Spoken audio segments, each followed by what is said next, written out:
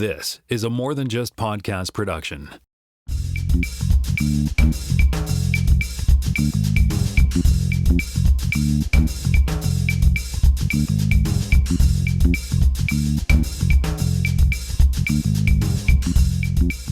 Hey everybody, welcome to episode 358 of the More Than Just Code podcast. My name is Tim Mitchell. I am in Toronto, Ontario, and I'm joined by Mark Moeykins in Milton, Vermont. Milton, Vermont. Thank you. Okay, well, we'll leave it there.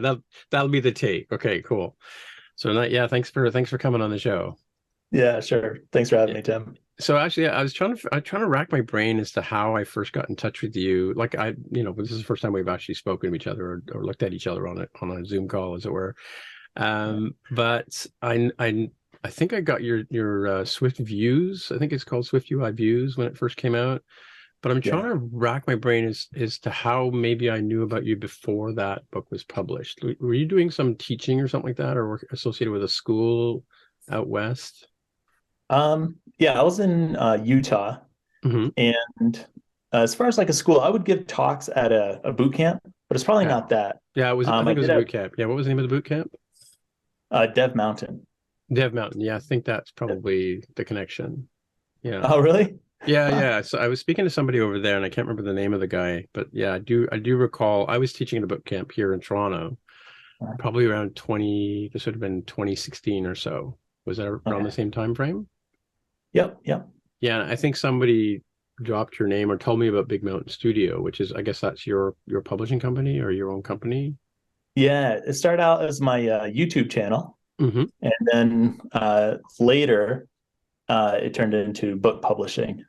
Okay. Yeah, I never meant to do book publishing, but it's something I fell into and I loved, and I said, I'm going to continue down this because I like it. Yeah, well, I do some tech writing for Ray Wenderlich and the folks over there at Codico, and so I'm always looking at teaching materials. I like to learn the new stuff, and I find that sometimes a book or a video, everybody has different styles of learning. Like I had some people who worked for me, engineers who worked for me in the past, who they didn't like video courses or they wanted a book, and sometimes I like, obviously I started this whole iOS venture with paper books, right? Actually, that's not true, I guess, because I ordered one of the books off Pragmatic Programmers in beta, because when you buy a book in beta, you get like a trial version of it, and it's not in ink on paper yet, right? But I used to, behind me, I have all the big nerd books, kind of thing, and I would leave them open them up on the couch, and I would just code away and learn things. But your books were a little different because you use a very sort of visual style, right? Like you have the graphic and shows the code. And I'm curious as to how you came or thought about teaching it that way. Yeah, it's super interesting. I had big plans before WWDC 19.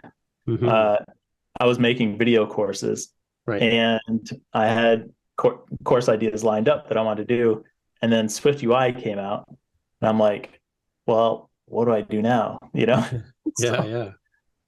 So at first I was like, why did they changing things? I was pissed. I was a little upset, and but then I started working with it, and as I started to work with it, I started making notes. Now at that time I had a Patreon set up, Patreon account, and I would kind of like put a little something together, with the code and the picture, and then I would send it to them and talk about it.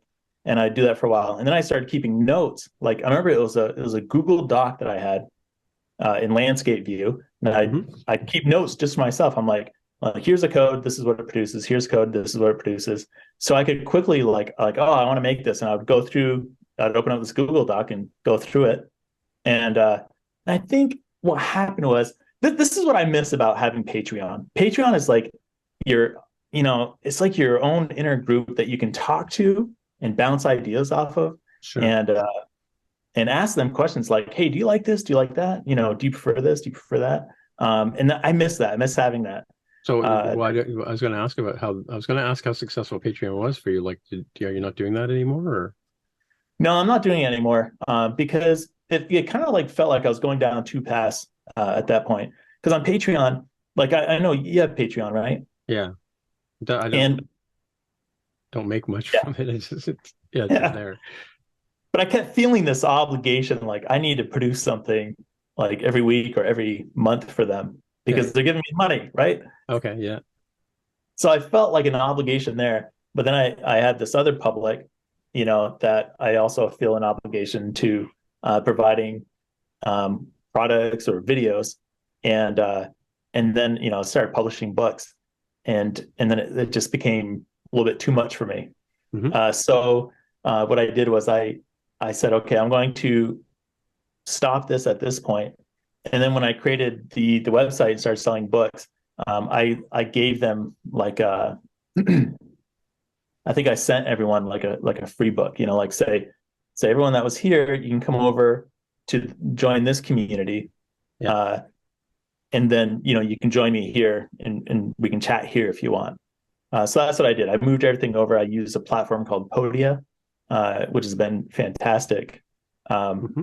But that's how I started with the books. I started, just making notes in Google Docs, and they liked it, and I liked it because I found out it's like when I wanted to get when I had to, I'm very like visual learner, and I had to like see like I look through, I'm like, oh, I want that kind of button. Oh, there's the code. Okay. So I started creating it for myself, then I started creating it for them, and then I started sharing these screenshots on Twitter, and people started liking them. Mm-hmm. And then they started, I started getting good feedback and good response from that. So I'm like, well, I'm just going to put this together and create a book for them. Yeah, so I'm just sharing my screen right now just so people can see what we're talking about in terms of this is your mastery book, I think, right? Yeah, yeah. But that's kind of like how it is. And I had one guy call it like Dave Verver, Yeah. He saw one of the books and he says it's like a book of PowerPoint slides. I don't know if that was good or bad, but for me that's like I prefer it. That's how I like to learn. I could see something, I get the picture. So most of my pages, that's what I try to achieve. I want it to be very visual. So you see the picture, you get some data, and I was curious. I read some studies about recall. Mm-hmm. A person's speed of recall, and Right.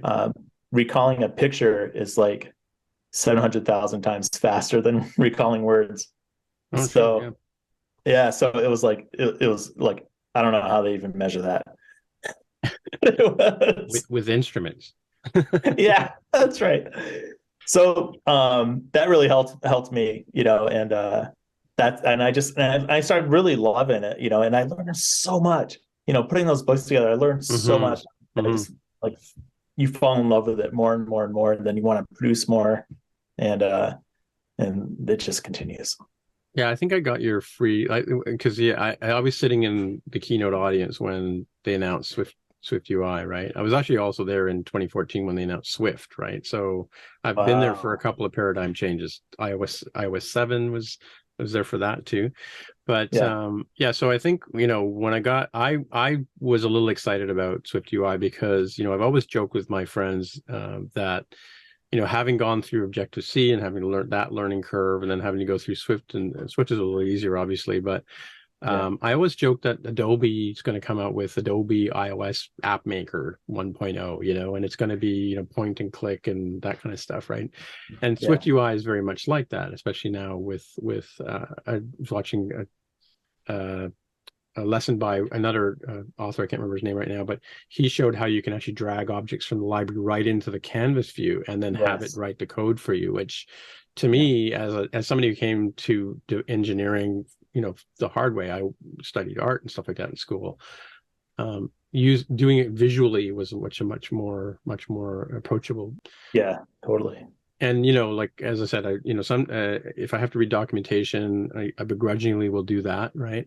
But if there's a video, I'll sit and watch a video, and I'll because I can rewind it, I can pause it, I can go back, and then same thing with your books, because I come from a very graphic nature, right? That to me they speak a lot to, so I've enjoyed going through your books. I haven't really gone page by page, but I've dove into Yeah. them, looked stuff up here and there, and I enjoy the style. I'm just curious how that's being received or what kind of feedback you get from people on that. Oh man, well, I mean, I wouldn't continue it unless I got really good feedback from Oh it. yeah. But it's very well received. It they I talked to other entrepreneurs about things like return rates. Hmm. People refund rates, people that want Oh really? refund. Okay. Yeah, yeah. And yeah, and I was talking to my father about this. He asked, do people return the books? I'm like, not really. I mean, after a big sale, I might get two refunds, Right, uh, right. all in all.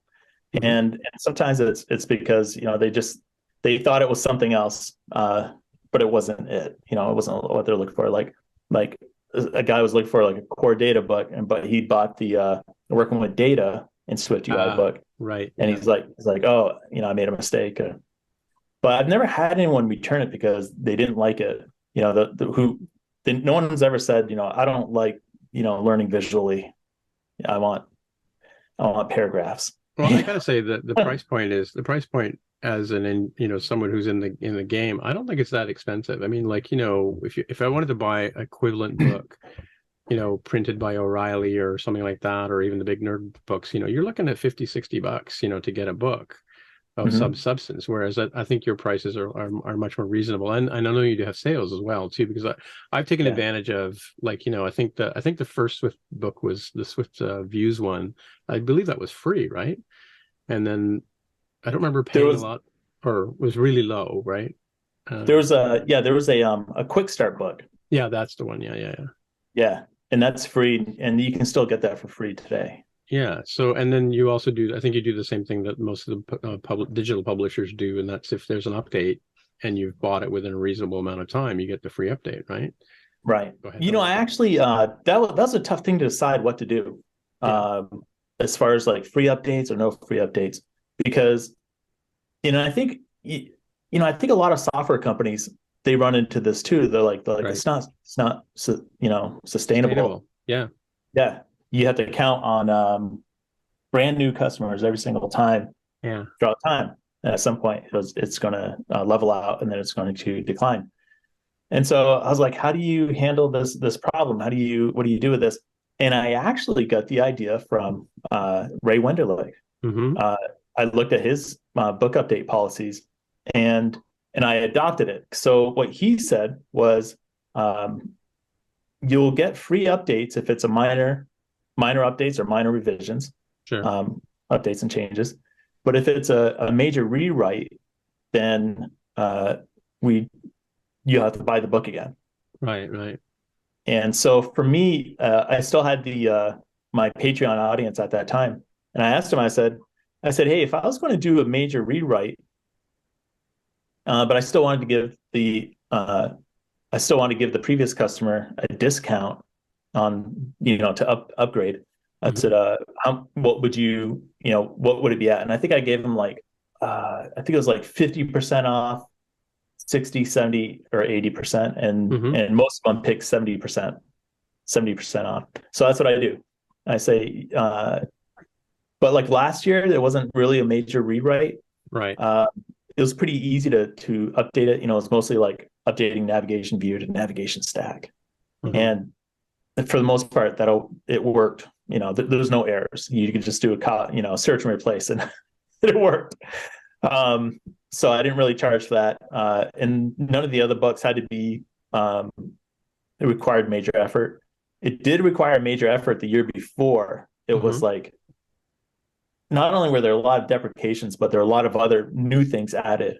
And I think the year before, man, it increased the size of the book by like 30 to 35%, Mm-hmm. something like that. Like when I first released that book, the first release of the book was, I think, about almost 400 pages, and now it's over 1,000 pages. I was going to say your mastery book is like, yeah, it's 1,009 pages on the EPUB I'm looking at right now. Oh wow, yeah. So that thing's grown, and it was mostly from like 2 years ago. Mm-hmm. So that was a major rewrite, and I did charge for that Right. to upgrade. So that's been interesting, and for the most part, Like I never got any pushback from that. I'm Well, not quite sure you're a solo author. You don't have a team of people like Ray has working for you, right? right. Yeah. Yeah. I write everything start to finish, man. Yeah, it's a lot of work. I mean, I've worked on some of the books at Ray. I've been a tech editor, and I've worked with some of the other authors, and I've watched the process over there, right? And Yeah. it's pretty hefty. I mean, you really need to know your stuff. But I got to say, like, just coming back to the whole, you learn a lot yourself, right? Is I can Yeah. tell you an inside baseball story about the Ray Wenderlich group. Is we all take on a story or take on a course that we know maybe 30% of the content. By the time we're done, we're an expert. But like we all learn the task we're writing about as we do it, kind of thing, you know? You know what? I try to convince my friends to write Yeah, books all the time. And yeah, they tell me, they're like, I'm not an expert in it. And I'm like, that it's even better when you're not an expert. sure. Because here's what I find. The reason why, and this seems counterintuitive, but through my own personal experience, when you write about something you don't know, you're going to run into all the pitfalls. You're going to run into all the barriers. You're going to run into all of the gotchas, and you can write about that.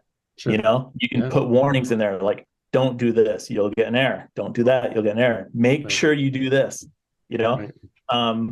And I've that's actually happened to me before too, where I've written about something I really know, and then I get questions from the students or customers. They're like, well, what about how do I do this? How do I do that? I'm like, oh man, I totally, you know, I didn't Think even about that edge case. Exactly. Yeah. Yeah. exactly because I'm so used to doing it one way that I don't think about like doing it these other ways because I know that's the wrong way and I know I'm going to get an error this way. So like I didn't even cover those aspects of it. Mm-hmm. So I think if anyone's listening to this that wants to write a book, don't be afraid to write it. If you don't know it 100%, that is actually in your favor, because you can then pass on your trials and errors, so the next person doesn't run into those things. Yeah. Actually, a friend of mine, Ryan Nystrom, once said, the thing about it is like you may think you're not an expert. There's maybe one thing like if you put that out there and you share that on, even if it's a Twitter post or LinkedIn post or something, or just, if you teach one person something that they didn't know before, you've given back to the community, right? So it was sort of his talk about why we do open source development or contribute to open source, right? But yeah, I take that as a sort of credo as well. Like, I always want to make sure that even if you already know what I'm going to tell you, maybe there's a nuance that you didn't know that I've experienced, right? So yeah, absolutely. by the way, I think I should write the book that I'm the worst defender of that because I should be writing books and I do a podcast instead of writing a book because it's easier. I think you'd be great at it. I think it's something that everyone can benefit from, and I think that's a great attitude you have too, about like I never consider myself an expert, but it doesn't stop me from writing. Mm-hmm. But it also doesn't prevent me from not learning anymore. Like Right. sometimes, some people can consider themselves an expert, and so they don't try to learn new things, and they stop learning. Like once you believe you know everything, you're not. It's harder to learn. Yeah, well, it's interesting. I've been doing these talks for a couple of years, conference talks about neuroplasticity, and because I learned one of my assignments at Ray Wenderlich was, and apologies to people who've heard me tell this story before, but here we go again. I had to write a story about how to keep learning after 50, and I thought, oh, I could do that. I'm in the age group. I was on the article team at Ray Wenderlich at the time. And so I picked up there's a wish list of articles that Ray would put together. So I grabbed that one and started researching it. And reached out to my other older friends, the graybeards, as I like to call us, right? And I said, hey, how do you guys keep up to date? How do you learn on all that kind of stuff? And a friend of mine sent me over to this book or this course called Brainjo, which is about learning how to play banjo, taught by a neuroscientist, and he talked about how the brain actually works and how memories are formed and all that kind of stuff. And I found a bunch of other lectures as well. And the reality is there is that whole thing about you can't teach an old dog new trick is complete hogwash, because I'm living proof. I didn't deliver my first app until I was 50. right? And I'm now 12 years into it, and I'm constantly learning stuff. I mean, today I'm working on how to do test-driven development because it's something I'm interested in. I go back to that trough every now and then, and today I cemented a few more neurons by doing that, right? Yeah. I totally agree with you. I don't think there's I don't think there's any end to it. Yeah, no, I can tell you, I'm still learning. I learn every day, kind of thing. But I've also, having studied neuroplasticity, I now know how to hack my own brain. So tell me, what is neuroplasticity? So neuroplasticity is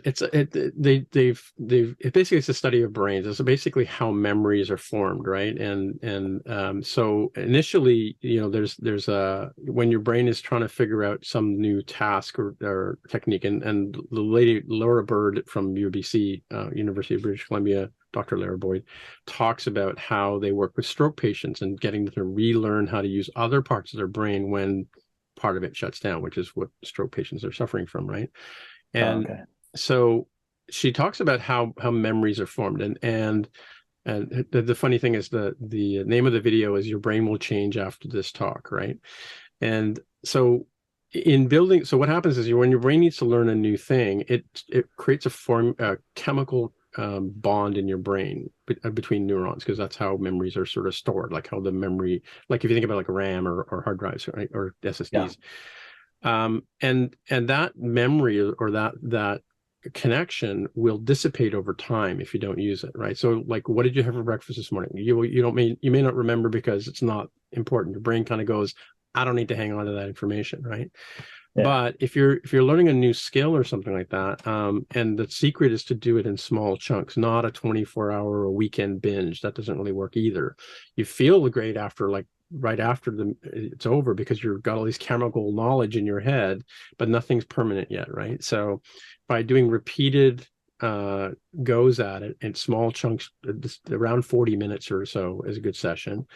Maybe every day, your brain will start to go, okay, well, this is an important thing that Mark wants to remember. So let me make a structural change in his brain. And it actually kind of hardwires the memory into your brain. And that's why you remember skills like driving a car, brushing your teeth, speaking another language, that kind of stuff. Because those things, your brain can always recall those quickly because they're permanent changes, right? And then if you take a bunch of these different connections and you build them into a behavior, like a function or a script, if you think about it that way, right? Like, how do you turn on your car, right? Every car is different, but your car is particular, and you know when you want to go to buy milk at the store, you get into the car, you stick the key in, you check the gas, you adjust the mirrors, you put the seatbelt on, you put your indicator on, you leave, and you drive into the street, right? All of that is behavior, right? So kind of like a functional programming kind of thing, right? Your brain starts to put together these connections. So you get to the point where you can go to the buy milk at the store without even remembering that you drove the car. Right. Because it just becomes that easy. And I find it's the same thing with learning a new language or learning a programming language, or learning, like, I have particular things in coding that I always forget to set the delegate. That's my blocker, right? But if you ask me today how to create an empty array, I've done it enough times that I can do that now, right? I can create an empty array in Objective-C in PHP and in Swift, because I've done those 3 different versions of the same thing, right? So Apple's making it easier for us, obviously, but so the neuroplasticity part of it is this is how, if you understand how your brain works, you can retrain your own brain. So programs like Noom, if you want to lose weight, Noom uses neuroplasticity to break your habits and teach you new skills, as well as some psychology. Duolingo, if you ever used the Duolingo app, it teaches you how to speak other languages if you think about it, it's little tiny lessons, in a short, 5 minutes a day, they say, right? And over time, like we went to Portugal a couple of years ago, and if I hadn't done Duolingo for like a month before I went, we had to go buy groceries after we landed. We couldn't read the milk bottles to say, is this non-fat? Is this 2%? Is it, like all that kind of, and even what the word for milk was, right? I mean, if I hadn't done the Duolingo course, I wouldn't have known that word. I got the gender wrong when I said thank you to the cashier at the cash, but you know, we don't use gender in English, right? But Yeah. yeah, so I mean, by hacking my own, like learning that's how I learn. So I know when I want to learn the news, like if I want to pick up your book and learn a bit more about SwiftUI, I know not to try and read the whole book and then I'll be a genius, right? I know to try a little bit, take a break, go watch Mandalorian or something like that, and then come back tomorrow, And same thing with guitar, same thing with music. Like I've had to play. I've been playing guitar for 30 years, and I sucked at it when I started, and I probably sucked at it for the first 10 years, if you think about it, but I've had to perform publicly before, and I even had to learn new songs. So I used this whole neuroplasticity trick to teach myself a song that I need to play like 3 or 4 days later. Wow. That's pretty cool. Yeah. What's the main thing to retain? Is it like repetition or something, or it's like, how do you, it is practice. Unfortunately, that's the work, right? But I think that the trick is repeated practice over a certain amount of time, and short bursts, not like don't try and binge. Don't try and think, and it's not easy. I mean, it's not a silver bullet. It is work, right? Like the Noom program, for instance, you're not going to, you'll lose weight initially because everybody does when they first start a diet program, right? But you have to stick with it, and they teach you some mindfulness, and they teach you some psychology about food. You learn about different kinds of food and how they count towards your weight gain or weight loss.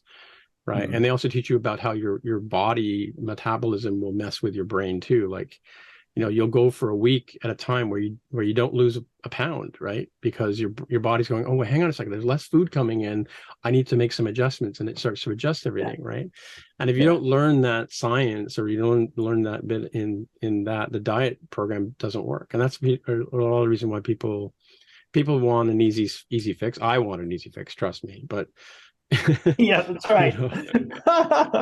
So I mean, for instance, if I want to learn SwiftUI, I mean, I'll watch a video. I'll watch Muhammad Azam. I'll look at Hacking with Swift by Paul Hudson. I'll read your books. I'll read the Ray Wenderlich books. I'll go to some LinkedIn courses, and I'll kind of come at it from different perspectives. And by trying these different little tasks over time, I learned the general task of making an empty array in Swift. Right. Yeah. Or writing a test case, or or whatever the challenge is, right? Yeah. I got to tell you a funny thing that happened that I learned just this week when it comes to learning, because I'm the same way, like what you just said. When I want to learn something, I start with Apple, and usually they're their help documents, right? So I work for the documentation team, and I know all about them. Yes. Oh, wow. They've come a long way. They're actually they're getting better. There's a lot of work to be done there. Yeah, we know. Yeah. So I start there because that's the source, right? Yeah. Like, they're not going to lie to me. But if I can't figure it out, then I'll watch a video. But then I'll watch another video to get this guy's perspective. Yeah. And then I'll read this article to get this guy's perspective. And by the time you get these 5 things, you're like, all right, I think I have a good, solution that I can implement now. So this week I learned another thing that I can use, and I've been beta testing Microsoft Bing's Edge browser. Yeah. Which is I never thought I would actually install Microsoft's browser, on my Mac, or even on my PC for that matter. But I was curious, because they invested billions into, ChatGPT, and then are integrating into their browser. And I was like, let me just take a look. I'm a little bit curious.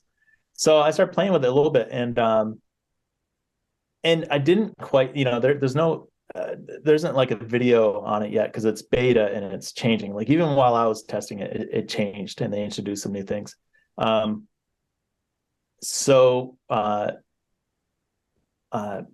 Sean Allen, he had a tweet earlier this week, and he says, if you're going to be a developer, there's, he basically said, you need to learn how to read Apple documentation, because we can't, as content creators, we can't write and podcast and have videos on everything. So you're gonna run and you're gonna have to use it. And I'm like, I started thinking, I'm like, I wonder if this tool that I'm looking at can help with reading documentation. So I did Oh, some really? experimenting with it. Now you got my attention. Yes. Yeah. So I just made, and what happens is, so you have the browser open, right? And I just put out a little video on this on Twitter. Because earlier this week I mentioned, I'm like, hey, I want to do a test real quick. Because I couldn't think of like a hard topic off the top of my head. So I put a tweet on that. I said, tell me something that's really hard for you to learn. It can be one word, in the Swift language or some concept. And I got, a bunch of initial replies. And so I said, I'm going to use this tool to read the documentation, and then I'm going to create a quick blog article on it, Really? and see like how fast it can do. I can do it. So I found out a bunch of interesting things.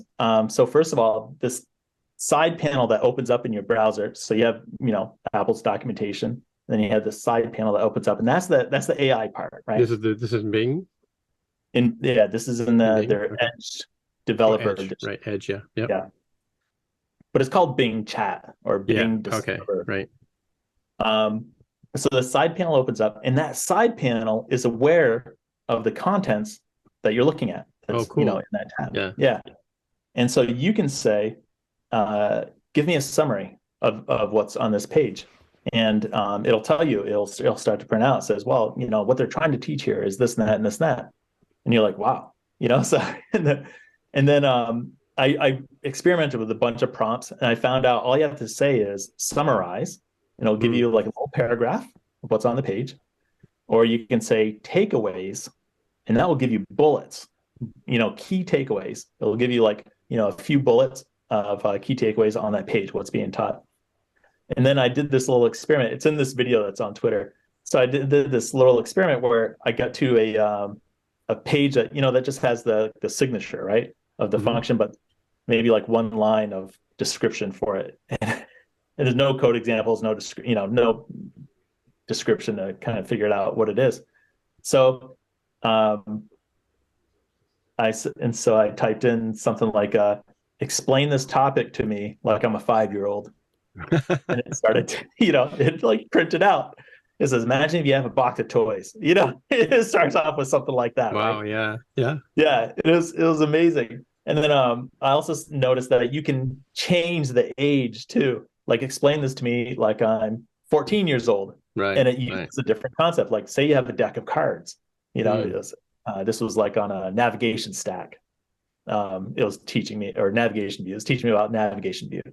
And then I also found out that you could, so on that help page, there was no code sample. So I said, show me some code samples on how to use this function, or I think it was a function. Show me some code examples on how to use this function, and it printed it out. So just from using that AI chat, I could get a summary, I could get key takeaways, and I could get code samples on how to use what was in the Apple documentation. And that's so cool. So I use that, when people gave me ideas, I use that, and I try to explain it to me, give me the summary, and then I put them all together, and I put it into a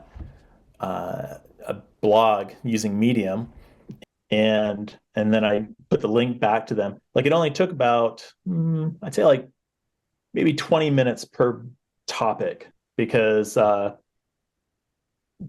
some things, like, you can say, explain it to me like I'm 5, but they'll still use technical words that they don't introduce and explain. That, and that's one of the ways that I like to teach, whether it's in the books or in my videos on YouTube. When I come up with a new word that I need to introduce to the audience, I'll tell them what the word means first. So I think it was like, I forget which article it was, but like, for example, they mentioned concrete type. And I'm like, if this is a beginner, he might not know what a concrete type is. So then I had to add, a concrete type is this and that and this and that and that. Right. And then, then I could put the code sample in there. Now that was pretty cool. That was a pretty cool experiment where I could get answers in a way that like I could understand and make it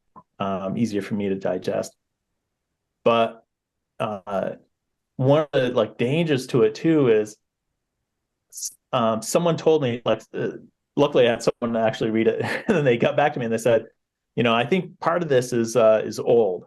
It might be a little bit outdated, and they do it this way now, or that's good for this, but we don't really use the situation. So you could like learn from AI, but you just have to be a little bit wary. I had heard that, and I think ChatGPT told me that it's a couple of years behind. Like it's only been trained with 2021 or something like that. 21. Yeah, that's right. So there's challenges to that, but yeah, that's a really cool hack. I've actually done it. I used to interview a lot of engineers. Still, right now I'm not hiring, so I'm not really interviewing them. So I decided to interview ChatGPT as an iOS engineer, and I published it on my blog. So I went through all the questions that I would ask an engineer. There was only 1 or 2 areas where it kind of got it wrong, and if I corrected it and asked the question a different way, it came back with the right answer. So I published all that, including the wrong answers, right? And that's interesting. Yeah, and I've asked it to write a description of my podcast. Like, tell me, what do you know about this podcast? And it wrote me a really amazing description. So that's now on my website. Yeah. I was just using a ChatGPT, not Bing. And see, that's another weird thing too. Like, I know I get 2 different responses from both engines. Oh yeah. I thought like Microsoft was using straight ChatGPT. Yeah. I don't think it is. It's really strange. As I see it, I think it actually combines search and AI. Because sometimes I'll ask it a question and then it will show me it's searching. It's actually searching for different things, and then it writes it, compiled from the internet and from AI, or its training model. Yeah. So it's kind of strange. I don't know exactly like what they're doing there. I haven't looked into it. But what I was going to tell you was, so I was using ChatGPT, and I, with the new book I'm coming out with, I'm like, I wonder if it can write copy for me. Right. So I said, tell me and there's this line, like when you sell something, it's called feature benefit meaning. Oh, really? Okay. And that's a way to like say, instead of saying this book is 500 pages. That's a feature, right? But who cares? What is that? What's the benefit of that? And what does that mean? So you say this book is 500 pages. The benefit of that is that it has, everything you need to know. And then that means that it'll save you time from having to go to different sources. And so you can get solutions quicker and implement solutions faster, right? Nice, that feature benefit meaning. So I tried to ask ChatGPT to write that for me, and it kept messing up. Like, it should be 1 sentence, right? Yeah. This and that, and this and that, and this and that, feature benefit meaning. But it kept, like creating like bullets, like feature, blah, blah, blah, benefit, blah, blah, blah, meaning, blah, blah, blah. And so after a few tries, I couldn't get it right. So then I'm like, I wonder if I can ask it how I should tell, so I asked ChatGPT, I'm like, tell me how I am supposed to ask you to get feature benefit meaning in 1 sentence. Oh, really? And it told me. It says, nice. if you ask me this way, I'll be able to write it for you. And so I did. And I started to realize, so I've been watching like a lot of videos of like prompt engineering. If you want to get this result, you ask this way. If you want to get this result, you ask it this way. Right. And then all of a sudden I realized, you don't have to remember any of that, any prompt engineering, because you can ask ChatGPT how to prompt itself. If you want something and you're not getting the right answer, ask it. Say, how should I ask you? And I'll tell you. It's like, ask me this way, I'll tell you. Cool. Well, let's talk about your core data book that's coming out. Because I actually grabbed the I guess a preview that you created, right? Yeah. Because I'm actually working on, I've been using core data for years and years, of Objective-C and Swift and stuff like that. And I'm really curious about how to use it in SwiftUI. All of the courses I've gone through, except for one online, take you through the basics of core data with a single entity, right? The challenge I have is my apps all have multiple entities and they're all related to each other, right? Because I come from relational database kind of design, right? And Absolutely. So and I don't mean to put you on the spot, but that's what I'm kind of looking forward to, is your perspective on that. Hopefully it's in the book, but and I mean, so why don't you tell the audience about what your book is going to cover, and what are the feature benefits and meaning of your book? Yeah. So yeah, I actually I also come from a relational database background as well. Sure. Old-time developer, and I'm probably close in age to you. I'm 52. I just turned 52. Right. And so I remember taking that course in college and thinking, what am I going to use this for? And it ended up being the most beneficial course, I ever took. Really? Yeah. So, and it's strange too, because you see a lot of like statements like you can't think of, for data like a relational database, and I'm like, I can. Yeah. And it works just fine, But there's a translation layer. Like if you understand that translation layer, you're like, yeah, okay, that's fine. But the book, I actually have a teaching methodology that I kind of developed, and I shared with my patrons when I had Patreon. Mm-hmm. I start with concepts. I make sure they're, I get all the words, because it's like all of our audiences it's multinational, right? Right. So you can't, don't use big words at all. And when you do introduce a word, you define it and let them know what it means, and maybe give them an example. So I start with concepts first, and I think you saw that in the book, the quick start book that I was having people beta read and give feedback on. Mm-hmm. So I do that with a lot of the chapters too. I start with concepts. I show diagrams. I show, I tell them, for complicated things, I'm like, there's 3 major steps. These are the 3 major steps I'm going to walk you through. And I show them a little diagram. We're going to go from here, we're going to go here, and then we're going to go here. Okay, let's get into step 1, and then I take them through that. And I do cover relationships, like you were saying, which is fun. That was a fun chapter to go through. Except for one of the relationships was a self-referencing relationship. Oh yeah. Where the book references itself, and it wouldn't have been so complicated. I thought it was going to be easy because I have this guy asking me a lot of questions. He doesn't ask me questions. He sends me these super long emails. Yeah. I remember one of the things he wanted to do, he was trying to do, he's like, I have a table and I want to show hierarchical data, I'm like, that should be easy. And I'm like, you use a self-referencing, entity, has a relationship to itself, like parent child, right? And it turns out it wasn't easy. And it took me a while to figure it out. But eventually the thing that made it not easy was I wanted specifically to use two controls. I wanted to use the list view, which has a children parameter, so that will create that your hierarchy.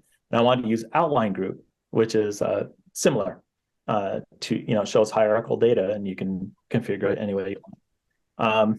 And it wouldn't work with those, and it was tricky. Like, that took a lot of research to do that, but it was in the end. I was like, oh man, this is awesome. This is so useful. I can totally see how this is going to help someone. So that was fun. CloudKit was a joy. So let me back up. Before this, core data, I had used it before SwiftUI, and it was not fun. It was not fun at all. It was confusing for me. I ran the trouble, and I eventually I gave it up. And I thought, I'm like, well, I'll wait till it gets easier. And it didn't really seem like it was getting easier until SwiftUI came out, and they came out with fetch request. And I started looking at it again, and then they made some big changes where they they brought a lot of these tools together into one tool.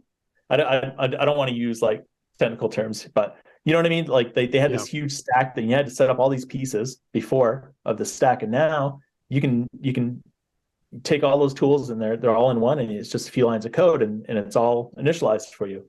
It's like magic. Yep.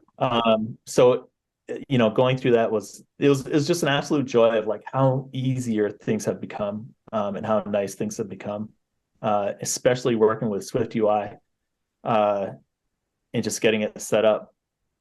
I really like the CloudKit piece, because I mean, like for me, when I'm working on stuff, like I like to say I'm from Missouri. I like to see it, right?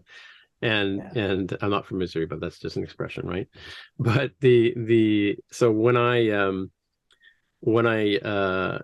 was working with an original piece that I'm trying to refactor an existing database. I'm trying to work with the database I've got now, which is probably the first mistake I'm making, right?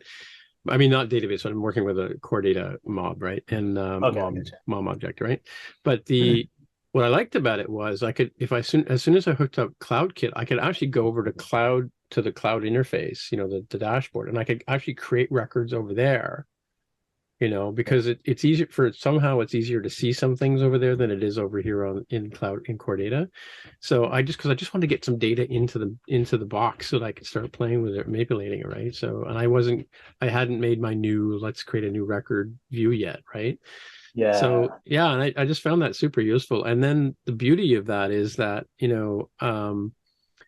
can work on my iPad here, or I can work on the simulator, or I can work on my phone, and it's the same data across the board, right? So, which is really kind of cool, Yeah, that's it. Yeah, it was they did a great job making it more accessible to us developers. Definitely. Well, I mean, and what I've always liked about core data is, I used to teach an Objective-C course back in the day, and like if you've ever done any kind of CRUD development, create, reuse, update, delete, it's all, you had to do it all, right? In core data, you just kind of said, here's the object, save it, and then give me the object back. And that in itself is like worth the price of admission for sure. Like and when core data gets a lot of beatings from people, because you're, like you said, it was difficult. It is kind of difficult to sort of get your head wrapped around the fact it's not a relational database, right? It's not an SQL table. It's not, it's all of that combined with a bunch of secret sauce that Apple's put in there, right? And I mean, I really got into it because I wanted to write iOS apps and Mac apps that would talk to each other. And, that was, I think Leopard was when core data came out, I think right when I was first starting. And so that's why I chose to go down that route. I never actually got around to building the Mac app. But, the fact that I was using core data meant that I could at some point, right? So, so it's kind of cool. I actually want to ask you, so you mentioned a couple of times your team and the work you're doing right now. Can you tell me a little bit about what you're doing and where you're working, and is it full-time contract? No, it's actually it's one of the first full-time jobs I've ever had. Before this, I was doing web development, and I was writing web services and creating web applications used internally. Right. That's one of my criteria for apps is I only work on internal apps, because I never want to work on a public facing app, because then you're talking about like weekends and support, right? And after hours support. So I'm like, no way. So where I work now is awesome. And it was actually my first iOS job, paid job, you know what I mean? For iOS development. And a friend of mine told me about it. They're looking for someone, and so I applied and I got the job. And it's awesome. It's so awesome because before I got there, there's only 6 of us on the team, and before I got there, they had already worked out with management to work remotely 100%. And this is back in 2015, so it wasn't like too common back then. Right. But they swung it. They got it, and not only did they get that, but they also convinced them to work 4 or 10-hour days, right? Which is that's like, it's not very common, so that alone, the benefits were fantastic, and having that Friday off, opened up a lot of opportunities for me, as far as like Big Mountain Studio, because now you get like an extra day where you can dedicate your Fridays to working on your own stuff. So that really helped out, and we work on Oh man, we made a mistake, Tim. We made a huge mistake. We adopted Xamarin to build Oh, the next app. okay. It looked amazing on paper. Yeah. It's like because we had three Android developers and we had three iOS developers, Okay. and we're like, how can we reuse, some of these components because we're building the same app together. Mm. And Xamarin looked amazing, and it turned into like the biggest nightmare ever. We'll never do it again. And that app is like we maintain it, but we don't add new features to it. And we're gonna be sunsetting it at some point. We have a lot of analytics on it, so we know what people use the most and what they don't. And so we want to merge that into either our new app or a new like specialized app. But that's for management, marketing, and sales too. What does the app? What's the app do? What's it for? Yeah. So the Xamarin app. Yeah, yeah.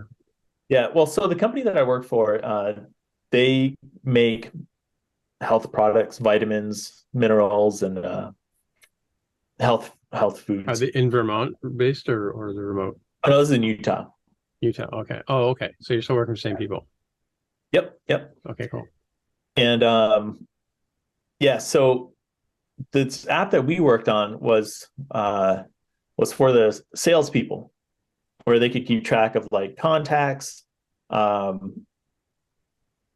arrange deliveries. They could also use it to promote the company and to share and to get leads and connections and sales and stuff like that. And so yeah, that was that app. It was kind of like a CMS app, to keep track of people. And a lot of that, like we fought a lot of that.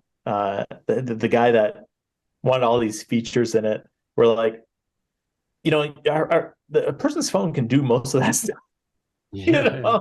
Yeah. And so, but it's cool that we had the analytics in it because we could see, or management could see that like parts of those app, a lot of those parts weren't even used. But some of the parts, the sharing parts, were used tremendously.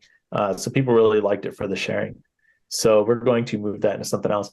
Our new app is completely in SwiftUI and Jetpack Compose, and it's just been a complete pleasure to work on. It's we don't even support because it's not released yet. We don't have to like support two versions back or one version back.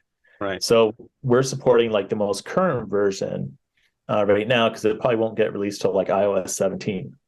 Oh, really? Okay. Yeah. And so I was gonna ask. I mean, everybody knows how to do this now because we all work remote for the last 3 years. But like, how did you guys manage how do you manage like communication? Like, what tools do you use? Do you use like tools like Zoom or WebEx to communicate? Like, how do you keep in touch with the team? Yeah. So we use Slack, Right. and back then, well, actually, first we used Google Hangouts. Then we moved to Slack when that came out. And we would use Zoom, but we would also go into the office every once in a while too. Our sprints are 3 weeks long. Oh, okay. So we would go into the office like every 3 weeks. We'd go in for the sprint review, retro, and all that stuff. Yeah. Yeah, cool. exactly. And we'd see each other and we'd have lunch. And then a few of us lived pretty close to each other. So we would actually get together and work at like Starbucks or, the library or something like that. So, we loved hanging out. And it's a rare thing, when everyone on the team like loves each other. Yeah. But luckily it's like, that's just the way it is. We all like, we've all been working with each other for like 7 years now, and we all get along really great. And so another thing we do is so team activities are like important to us, and that's what we tell management, so we can have barbecues. so we get together for barbecues, nice, during the day. we'll Yeah. invite our managers and supervisors, and so Cool. that's fun too. Cool. Anyway, so I do have another part of the show, and we've gone on quite a while. If you're okay, I want to ask you a few questions. If you're still okay to carry on. These are Yeah, more sure. fun. They're a bit more about Mark than they are about the books and stuff like that. But so Yeah, if you're ready and you're seated comfortable, we can get started. yeah, yeah. Cool. Let's go All right. ahead. Well, the first one is, what is your motto? A motto? Wow, that's a good question. I never really thought about it. Um, I feel like I kind of have to generate one on the spot here. Ask ChatGPT. Yeah, yeah, right. Um, what's that? We can come back to it if you like. Yeah, let's come back to it. All right. Well, let me ask you this question. What's your favorite word? My favorite word? What's your favorite word, Tim? Ensorcelled. Ensorcelled. Yeah. I got that one That's from my wife great. actually, but there is another word that I used a lot when I was a teenager, but because it's a derivative of fire truck. Oh, really? Yeah, no, I probably say right far too often because I'm Canadian, so we say a lot, but I also find that Canadians also say right. We'll tell you Uh, something and we'll say right. Yeah, so I say that a lot. And lately, when I'm trying to explain something and I'm going to get that mental pause, I picked up this up for a friend of mine. I keep saying, you know what I mean? When you're trying to tell a story, and you don't know how to, like these are filler words, and you go to Toastmasters to learn to break that stuff. But uh, um, yeah, so I, if you're I'm stumped on the favorite word, we can move on. I do have a favorite word. Okay, It'll take some explaining. all right. Yeah, no, that's the whole point. You tell me the word and then you explain it. Yeah, yeah, yeah. So this, I don't know. The team that I work on right now is fantastic. They're like my best friends, and none of us ever want to leave. So it's like the dream team. And I noticed this at my previous job that there's a strange phenomena that starts to happen when I start to get to know people well, and we both like each other, and it's we start syncing on our thoughts. Like I'll start thinking about something and then you say it, or you'll start thinking about something and I say it, and there's no explanation for it. I don't know why it happens, but it started happening to all of us on our team, and it started happening quite often. Where at first it was scary, and now we're just kind of used to it. And so my friend, he invented a word for it.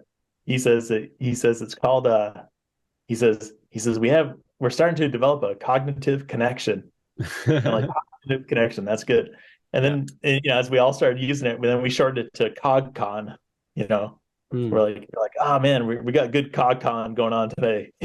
right. And then, and then one guy started calling it Cognoggin. You know,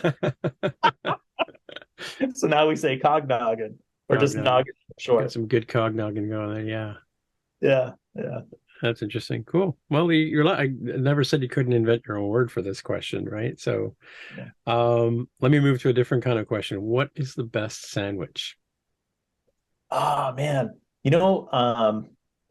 so this is actually my parents' house, and my father had some health issues, so this was a good opportunity for me to uh, get some space, and then also help my Your parents. family, sure. Yeah. Yeah. They have a garden. This is the house I grew up in, and we have a garden. We worked in a garden and everything every summer. And so I started making this sandwich, and my mom will bake bread, you know. Nice. So Yeah. so I have tomatoes from the garden, not right now, Yeah. but and she has chickens too. So one of my favorite sandwiches to make is like it's egg with tomato slices, and Vermont sharp cheddar cheese. Nice. Like Yeah. Vermont's Yeah. known for like their cheddar cheese. So that's currently my favorite sandwich. Cool. Yeah. I like a good sharp cheddar too as well. Yeah. Um, have you ever asked anybody for their autograph? No, No, I haven't. I've never met anyone famous. You know what I mean? Like I feel like I'm one of those people that are in the wrong place uh, at the wrong time. So, Uh, I mean, I ask authors all the time. So, fair warning to you, if I ever meet you and I have your book in my hand, you're going to sign it for me. okay, all right, fair enough. Fair enough. Yeah, Yeah. So I think that I mean I studied art in university, so I mean like to me signing a piece is putting your name on it. Like this is the sort of quality, you know, it's and I like to recognize people by asking them to sign their work, right? yeah. What is your favorite smell? I would have to say uh, roses. Roses? Uh, yeah, we would have soaps, rose scented um, soaps. They would have like liquid soap or stuff like that, and I don't know. I just like it. Okay, cool. What number am I thinking of? 8. Oh, no, wrong. No. Oh well. Nobody's ever got it right. What's your favorite action movie? Favorite action movie? All right. Well, do you know that movie Snatch? Yeah. Had Jason Statham and Brad Pitt. Yes, yes, yes. When when I first saw it, it was not my favorite action movie. Oh, really? But the funny thing about that movie is that it's so damn quotable Hmm. that my friends and I started quoting it so much that it soon became like a cult classic favorite action movie. Yeah, I think that's the one with Brad Pitt. He's the pikey, right? Yeah, that's right. Yeah. Have you ever seen Lock, Stock, and Two Smoking Barrels? That's the one that Yeah. came before that one, right? Yep. Yep. Was that Guy Ritchie? Is that the director? Guy Ritchie. Yeah. He Yeah, did both of yeah, them. yeah. I used to go to with a friend of mine. We used to go see movies every Friday, and we stumbled across Lock, Stock, and Two Smoking Barrels, and then just all those actors, Jason Statham, all those kind of guys, it just became, the group of movies to watch. But well, speaking of movies, here's another question for you. Where the heck has it? I think it's Star Trek, Star Wars, Doctor Who, or Babylon 5. It used to be Star Wars, Hmm. but there's a funny thing that happens with time that I wasn't quite aware of until recently, is that movies you thought were your favorites back then and you still held them in high regard. Sometimes you watch them again when you're older and you're like, it's not as good as I thought it was. Right. Oh, like I remember telling my ex-wife, I'm like, you never seen Star Wars? What? She never saw Star Wars? Yeah, I know, right?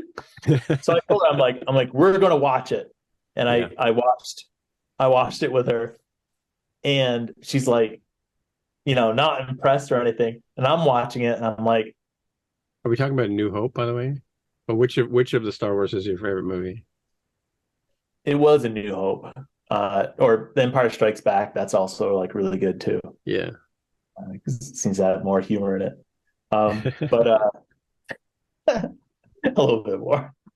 But yeah, that was so it used to be Star Wars, but I think it's like Star Trek.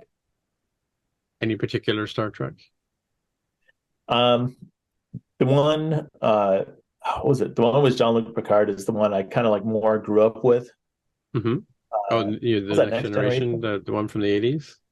Yeah, Right, Next that's one Generation. I more grew up with and watched more. Right, Um, right. Cool. yeah. Yeah. Um, which living person do you admire the most? You know, I just mentioned this the other day on Twitter. Um, it's no one like super famous, but Sean Allen has really impressed me a lot Hmm. because he came in a little after like I did as far as like starting our YouTube channels, and that guy is just like took off, and Yeah, I remember. the thing I Yeah. admire about him the most is his persistence, Mm. because I see a lot of people, including myself, who start a YouTube channel, they go strong for a while, and it's fun for a while, but then it's like it starts to become a job, and Yeah. then it's not fun anymore. Yeah. It's no longer fun. and the pay isn't all that great either. This is my eighth So year. This is my 8th year doing this podcast, by the way. yeah, okay.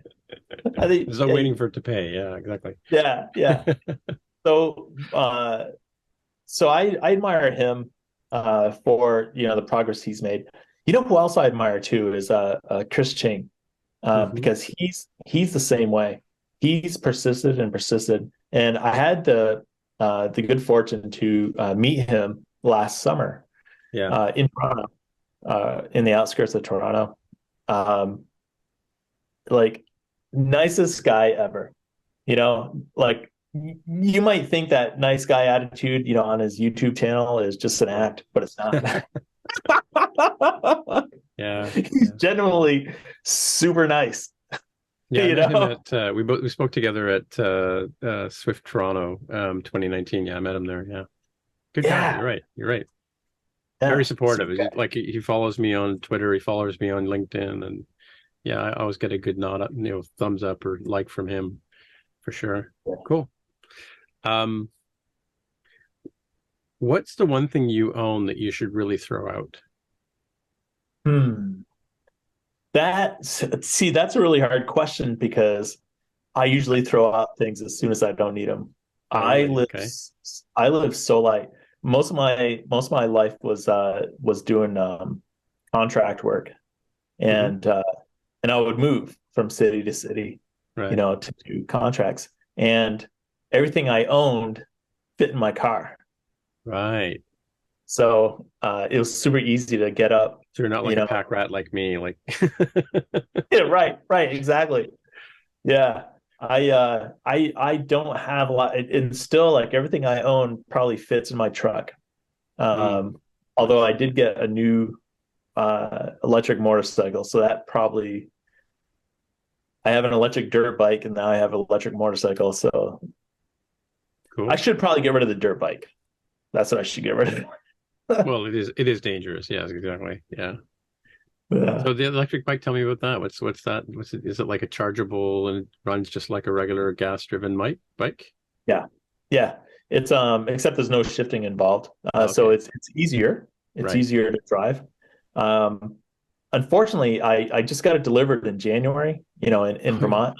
Yeah. And we had one day where it got up to 50 degrees, so it was kind of warm.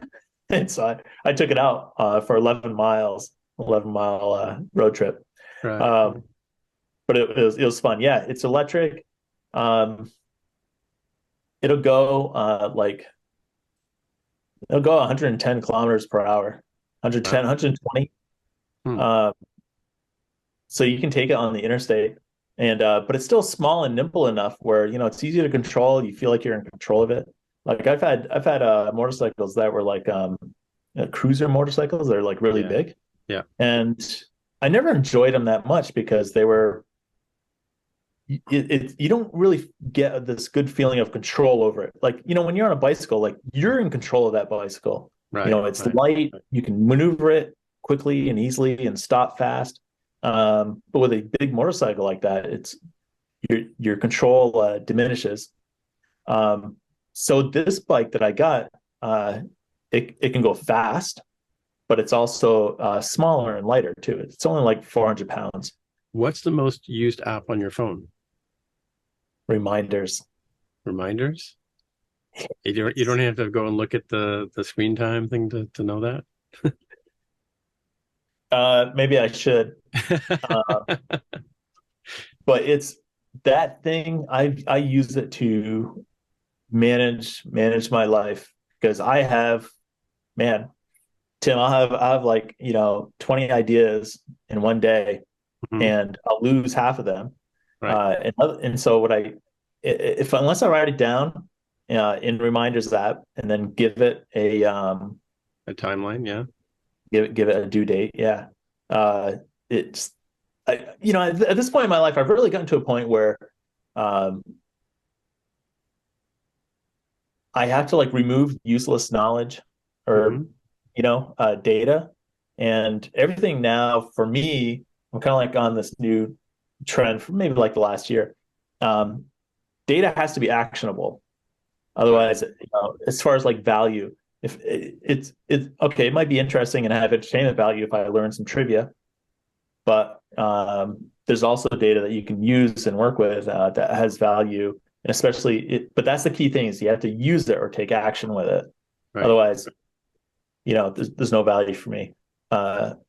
So what I do is I have a lot of categories in my reminders app, and I have and I have a category for every book.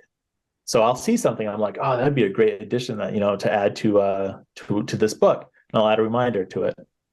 So then when I periodically go through and update a book, I just go through the reminders, the tasks. When I have an idea to do something, it's not enough for me. It's not enough to have an idea and say, I'm going to do this at some point in the future. It'll never get done. It never get done. I have to give it a day and a time, or else I'll never look at it again. So the reminders app is highly used.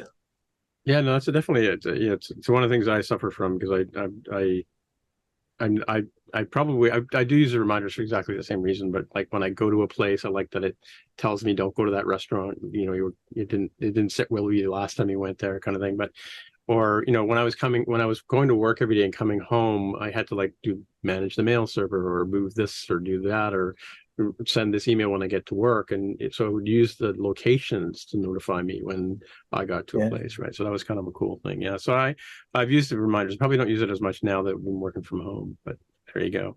Cool. All right, we'll get back to the questions. We asked you that one already. So describe the rest of your life in 5 words. Wow, how do you come up with these questions, Tim? They're written down for me.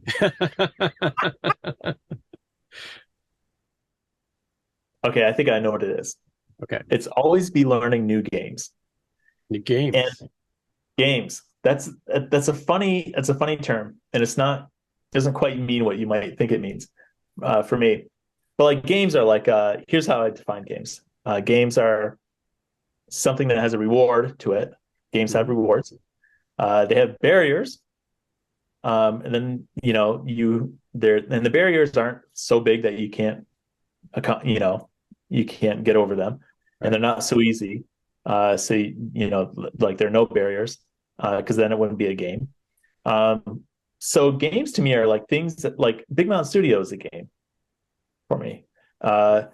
Work is a game for me. It's fun to play. There's definitely rewards to it, and learning in itself is a game. There's barriers. There's things that aren't easy to learn, but once you do, it's you feel great about it, and you have a new skill set, and you can use it and apply it. So I think that definitely is something that I'm interested in doing.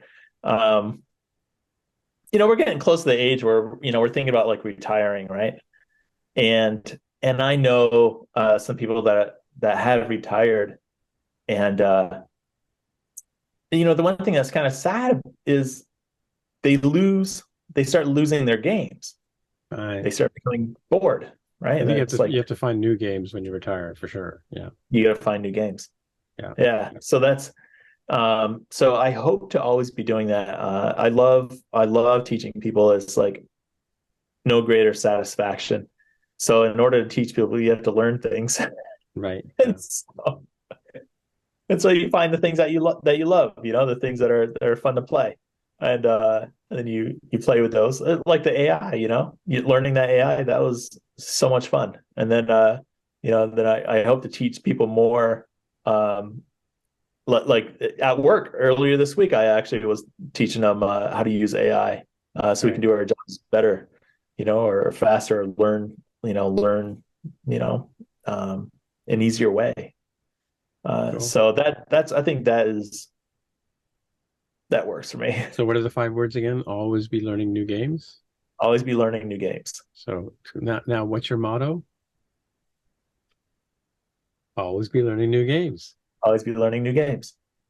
Yeah, I like it too. I like it. I like how you brought that around there. It wasn't intentional. It was a happy accident. Yeah. Cool. Yeah. All right. Well, we're at the end of the show. So why don't you tell people where they can get in touch with you? Yeah, I'm pretty active on Twitter, so you can find me there. Are you It's on at Mastodon yet, or no? I'm not. I haven't made the switch. I've been pretty busy with the book. Sure. So after that gets released, I'll have some free time. Uh, Maybe a couple weeks after, I'll have some free time because there's always those things where you have to like there's a misspelling on this page, and you got to fix it and redeploy it, or something like that. Do you have an Uh, editor, or do you have somebody proofread your work, or you I have crowdsource I that? have beta readers. Oh, okay, right. Yeah, yeah, I have beta readers that get early editions. You know what I do with them is so I'm part of this huge Utah community, and I have friends on there that I talk with all the time. iOS developers, Sure. uh, Yeah.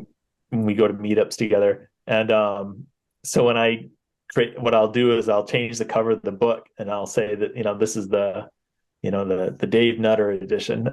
Right. Right. Dave Yeah. Nutter is one of the guys in our community. Yeah. He's on Twitter too. He does Yeah. a lot of SwiftUI work. Hmm. But I personalize their editions, when I give it to them. Cool. Oh, they get printed copies? No, they get digital copies. Digital copies. Okay. Yeah. So you just, Yeah. cool. Neat. Yeah. Well, you can always add me to a beta list if you want. Yeah, Yeah, I'll send you a copy. I'm always into like the new stuff. I beta read a few people's work as well. Cool. Yeah. Well, I'm just going to wrap up. So my name is Timitra, Timmitra, on the Twitter machine and the Mastodon. And if you're watching this on YouTube, I got a point here. Don't forget to like and subscribe. And of course, don't forget Big Mountain Studios is your YouTube channel. I don't know if you've had any recent episodes, but they should subscribe over there too, right? Yeah. Yeah. Definitely. I plan on making videos like after the divorce, I don't have my equipment anymore. So I have to figure a way to. I started today because I made that video for Twitter. Oh, so okay. I started today like, oh, I need new equipment. Cool. All right. Well, This has been another episode of the More Than Just Code podcast. If you want to find out more about the show, you can visit the More Than Just Code website at mtjc.fireside.fm. There you can find a summary and show notes of each episode. We list links to the apps, code, and news that we mentioned on the show. If you like the podcast, tell your friends, leave a comment on the website, or write a review on iTunes. And please recommend us in your favorite podcatcher. All of these things help others find out about the show. We really appreciate your help with spreading the word. We're also on Twitter, Facebook, and Instagram. We'd love to hear from you, so use the hashtag AskMTJC and we may mention you on the show. Friends of the show can also join us on the podcast Slack channel. Once again, the podcast Twitter account is at MTJC_podcast. Please consider supporting the show by pledging any amount on patreon.com/MTJC. Every dollar pledged helps a lot. Thanks for listening. We'll see you next time.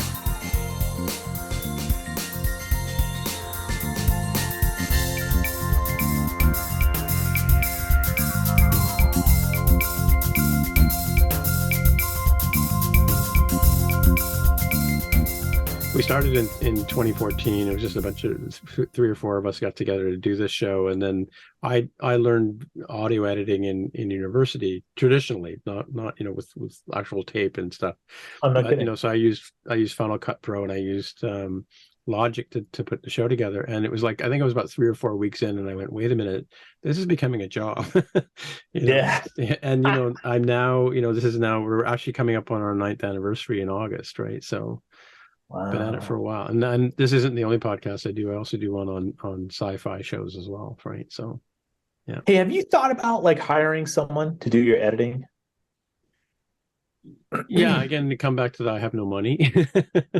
I don't mind doing it, so I kind of do it. I my grandson was interested in doing it, but he's a bit more of a perfectionist than I am, right? So, like, I mean, there's the 80-20 rule, like. I can't fix every single mistake. And I mean, I've been on podcasts where people didn't even edit the audio afterwards, right? So I do go through and I'll remove the blurps. And like when you were sitting there, like going, thinking about your answer, I'll cut that out, right? So yeah. But because people just don't need to sit through that. No offense. Right, exactly. Or when you're typing, when I'm recording, I'm kind of a slower typer. Yeah. Oh, yeah. So yeah. In my videos, like I'll speed that up. Yeah. They do that at Ray Wenderlich, or they were doing it. I don't know if they're still doing it now, but it's funny because couple of times that I did the videos, my friend Tammy Coron, who I did one of the podcasts with, she told me about this software. I think it's called Type Maestro or something like that. And you can script it all. You enter all the text in, and then when you go to, you're on in Xcode or whatever, you want to, you put your cursor and you say, I'm going to type this method out. It's actually the Type Maestro that goes ding, ding, ding, ding, ding, ding, ding, and puts all the characters in, right? But No they didn't kidding. like us using that because it looked artificial, right? It's no different than sped up. But a lot of times when I'm horrible to watch typing. Like if I do a live demo or whatever, I apologize in advance. That's the same with me. Yeah, but I mean, and to be honest, like a lot of the courses I go on YouTube or on Udemy, or YouTube as well, I'll pause and I'll constantly reaching for. I wish there was a faster way to pause the video. I guess there isn't a key. I could use the keyboard. I just looked at the keyboard and I realized it's got a pause button there. But like you want to pause it, and then go back and then enter the type into Xcode. And as a student, I mean, and that's a challenge. I don't like to copy and paste because I don't learn anything by copying and pasting.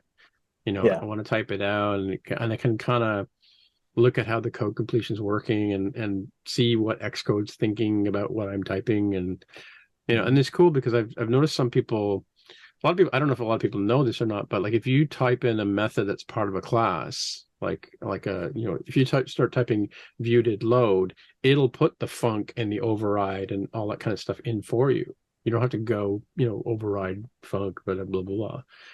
So it's kind of cool that it'll do all that stuff. And I was working today with the test-driven development, and I noticed that the code completion was working really well. I don't know if it was the byproduct of TDD, but it was pretty cool the way it kind of, the code completion is working much better than it did like remember 3-4 years ago when it would crash constantly. Yeah. Was it source? What did it say? We had some messages come up all like source something or other quit or whatever. It was really annoying. Yeah. I know what you mean. Or I hate it when it doesn't know the context of what you're typing, and so you just get like everything. Yeah. You're just like, or like in my case, I typed the wrong thing and it gives me everything. yeah.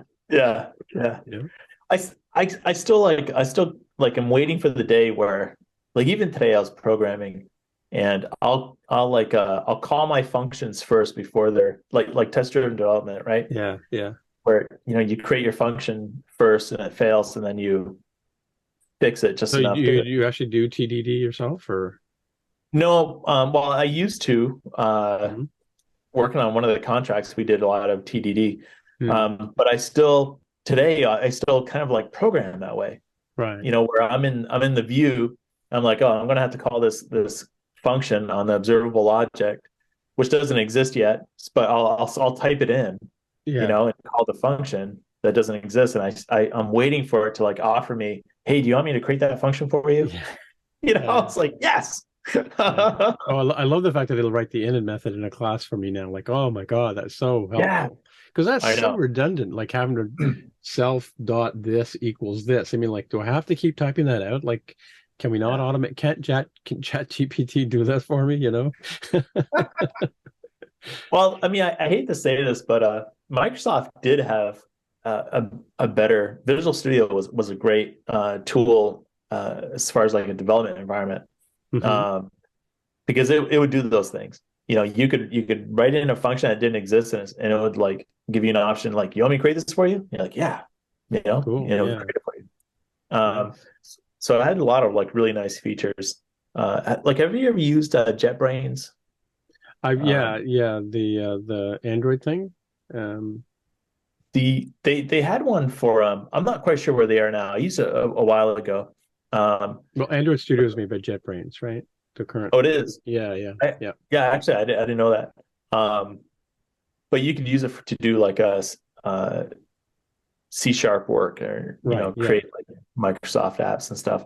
And it, like, we had it at one contract, and that was like the ultimate in code refactoring and intelligence, and it could do so many things for you. Xcode is like light years behind.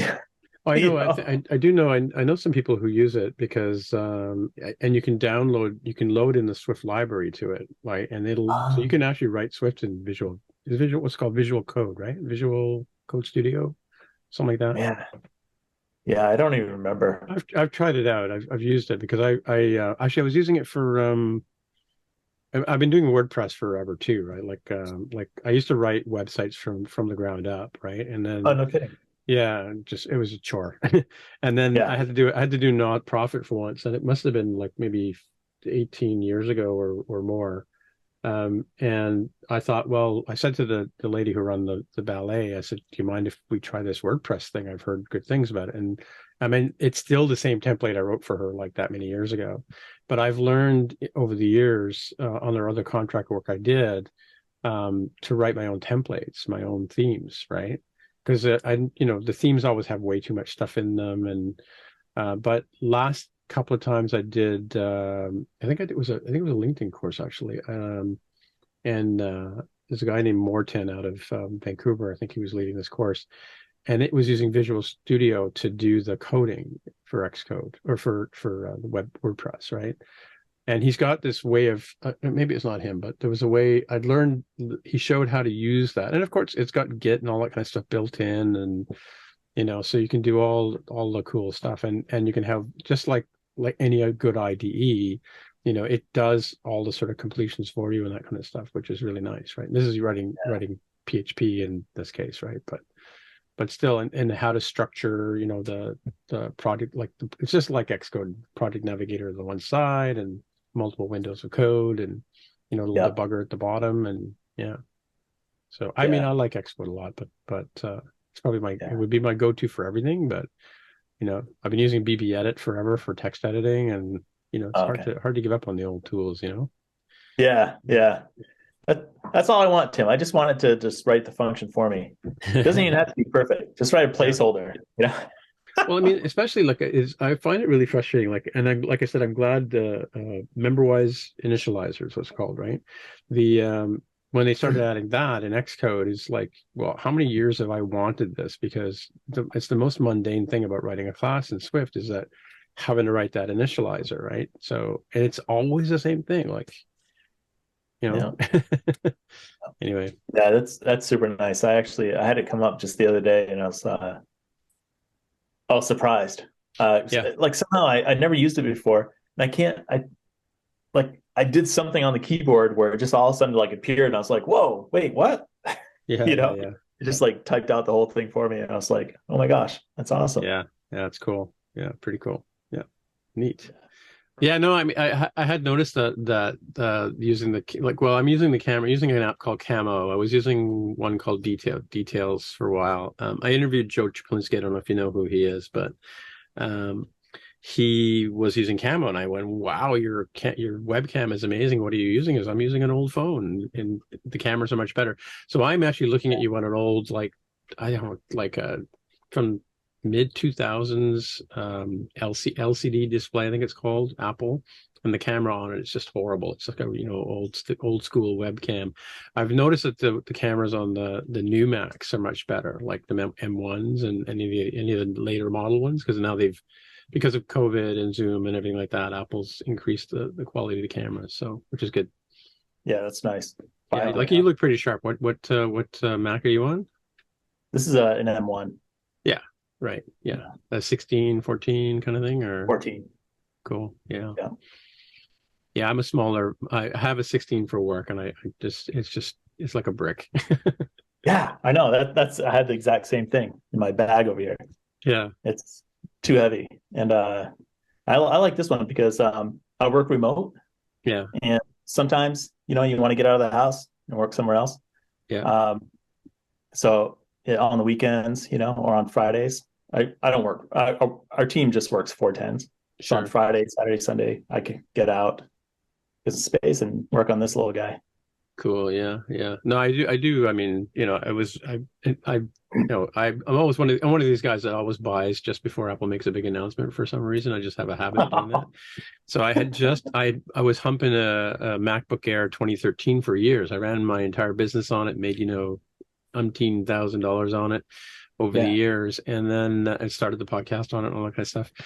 And 2020, a friend of mine that works at Apple helped, get friends and family discount kind of thing, got me a 2020 13-inch MacBook Air. We put a 2 terabyte hard drive in it, 16 gigs of RAM, the whole thing. And then Apple announced the M1s. Oh, man. Yeah, so last year I had a bit of a contract with Apple for during 2021, I guess, and at the end of it, I had surplus money, so I spoiled myself by buying myself this M1 Air, because I it was killing me not to have an M1 to try out all the stuff that everybody was talking about, right? So yeah, you see it all over social media. This is my compile time before, this is my compile time after. Yeah, and it's funny, it's one of these things where, like, I always say about like disk space. If you think, oh, I'm going to get a 2 terabyte drive, I'll never fill it, and then 3 weeks later you've got it full, right? My first Macs were like 80 megabyte hard drives, and they would constantly get filled. So my whole life has been full of this thing, and I've noticed lately, when I fire up something on the M1, it bounces a few more times than I'm expecting. The icon before it launches, right? Especially things like, and it's just been lately. Like, I don't know if it's updates to Ventura or Ventura itself, but like I have noticed that, or maybe it's just I'm getting used to the speed. My M1 Pro Max, is super duper fast, and and it just an extra couple of bounces, and I'm looking at this thing going, at least we're not getting the beach balls anymore, right? I know. I know exactly what you mean. I noticed the same thing. Like like I got the M1 first, and then work gave me an M1. Yeah. Maybe like 3-4 weeks later. Yeah. And so I noticed the difference then. But then when I got the work one, it's actually faster than this one. Like, it's beefier, Yeah. And now, like, I'm noticing, I'm like, this could be a little bit faster, It's all relative. You start to change your expectations. Well, and also because I'm a smaller Mac user. I had the 15-inch, and when I worked at the bank, I just changed jobs last year, and after like 6.5 years. But when they asked me what I wanted, I said, I'm fine with the 14-inch. Doesn't need to have the Pro Max. Doesn't need to be like all the bells and whistles. Because I wasn't really going to be. I'm an engineering manager. I'm not really compiling code. I'm doing code reviews and playing around here and there. But I'm not. I don't need the horsepower, right? Anyway, so this thing arrives Ultra Max, 16-inch with I don't even forget how much RAM it's got on it. But yeah, it's way too much, and it's too heavy. Now that we're back to the office a couple of days a week, I'm begrudgingly throw it in a backpack and getting on the streetcar and going to work, right, sort of thing, right? So you can't leave the Mac at work. I do. It's funny. So I have a small. I take my own M1 iPad Pro. I have an 11-inch one, and I have a little bag that I used to carry my 13-inch in, right? So when so I'll go in on Tuesday. I'll take the whole affair with me, and then I'll just bring the iPad home for at night. And then 90% of the time I don't even touch it when I'm at home. And then I take it, and then I go back to work, and I pick up the Mac. But I've only started doing that a couple of weeks ago. So last week I brought it home. I brought the Big Mac home on Tuesday and went back on Wednesday. And I don't know. Maybe I'm losing a few calories by doing that. I don't know. So are you in Toronto? I am in Toronto, yeah. Or in the Toronto area? Yeah. So how far is your commute? Like, how far do you? It's 20 minutes. I live right downtown, so yeah, it's 20-minute streetcar ride. Like I worked in the financial district. I worked for one of the big Canadian banks here, Toronto Dominion Bank, TD Bank. Oh yeah. And it's kind of it's in a historically significant building downtown. Like all the major banks here in Canada there's an intersection where I used to joke that all the money in Canada goes through that intersection, King and Bay. And so what I liked about one of the things that was on my, when you're looking at a job, you look at the pros and cons, and one of the pros for this thing was location, because in the summertime I can walk home from work, and that's good for you because you're getting the exercise. We also have these bike rental things that you can rent, which I'm going to look into doing that this year. And so the commute was great. And now that I'm working for Spot Hero in Chicago, but in the Toronto office here, and their office is right next to TD. So I haven't lost commute, which is great, Yeah, So that's awesome. yeah, yes, I it's love amazing. Toronto. I've been there a couple of times, and the first time I went there, I got to admit, I didn't think the city was going to be as big as it was. Oh yeah, I mean, it was huge. It's yeah. so much bigger than I thought it would be. Yeah, well, I was like, Toronto, actually, the population of Toronto is bigger than most of the provinces in Canada.